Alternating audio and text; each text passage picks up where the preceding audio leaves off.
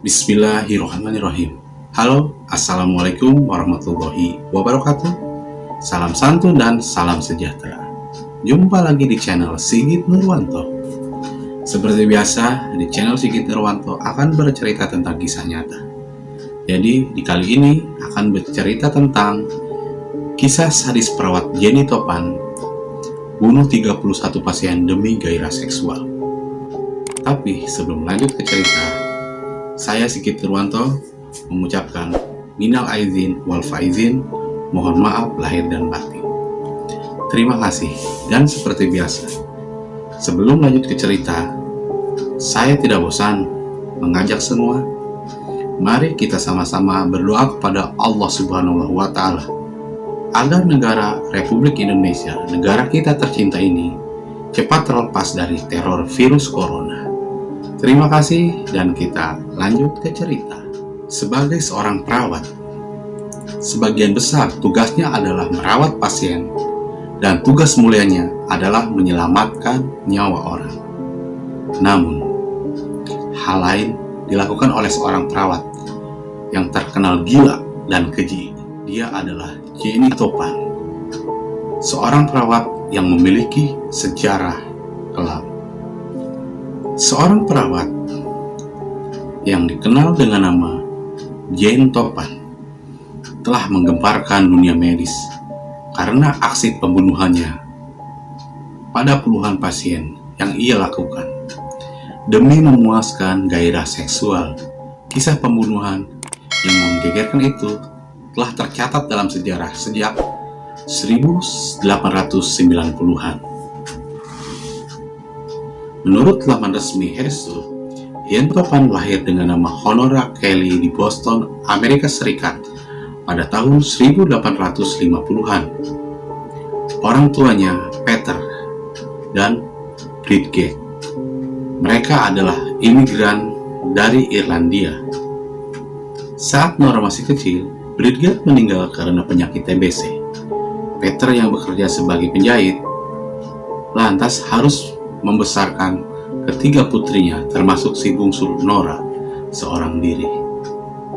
Namun, karena kelakuan kasar Peter, Nora dan kakaknya Delia dimasukkan ke panti asuhan Boston Family Asylum pada sekitar tahun 1860. Sedangkan si sulung, Nelly, yang kala itu sudah dewasa, hidup sendirian, meskipun pada akhirnya menderita penyakit kejiwaan seperti ayahnya. 2 tahun setelahnya, Nora saat itu berusia 8 tahun, keluar dari panti asuhan menjadi pelayan kontrak di rumah seorang janda bernama Ann Topan. Dari sinilah mulai mendapat nama baru, Jen, karena Ann tak menyukai orang Irlandia dan nama Nora terdengar terlalu etnik. Di rumah barunya itu, Jenny Topan tumbuh besar bersama putri Ann Topan, Elizabeth. Pada sekitar tahun 1870-an, Ann meninggal. Jenny Topan pun bekerja sebagai pelayan kontrak hanya untuk saudara asuhnya sampai tahun 1885. Saat ia memutuskan untuk pergi hingga diterima di sekolah keperawatan Cambridge Hospital Boston, ia dipanggil Jolly Jane. Di sana, karena kepribadiannya yang selalu ceria dan banyak bicara, tapi Jane lebih suka dipanggil nama Jenny. Jenny menjadi perawat favorit para pasien karena karakternya. Ia sendiri juga menyukai para pasiennya. Tetapi dengan cara yang aneh, melihat pasiennya yang sekarat meningkatkan gairah seksual, wanita yang diam-diam adalah pembunuh itu. Awalnya, saat magang, Jenny melakukan eksperimen secara diam-diam dengan memberikan pasien dosis opium untuk melihat efeknya. Tak disangka, Jenny ternyata merasakan kenikmatan tersendiri saat melihat para pasiennya menderita hingga ajal menjemputnya. Jenny pun makin liar. Ia mulai mencoba-coba mencampurkan obat antropin dengan morfin. Kematian beberapa pasien membuat dokter bingung, tetapi Jenny tak dicurigai karena sifat nabati racun dari Jenny itu menyamarkan tindakan menyimpangnya. Reputasinya sebagai perawat malah dipuji, dan ia pun direkomendasikan untuk bekerja di Massachusetts General Hospital.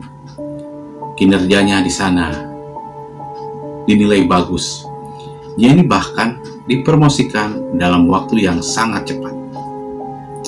Praktik pembunuhan dengan obat-obatan yang dilakukan secara tersembunyi terus dilakukan oleh Jenny. Meski begitu, masih belum ada orang yang mencurigainya. Pada saat itu, ia hanya disalahkan karena telah mencuri uang dan perhiasan pasien. Dan pada tahun 1890-an, ia keluar dari Massachusetts General tanpa lisensi perawat. Jenny kemudian bekerja sebagai perawat pribadi sebelum kembali ke Cambridge Hospital untuk mencari lisensi.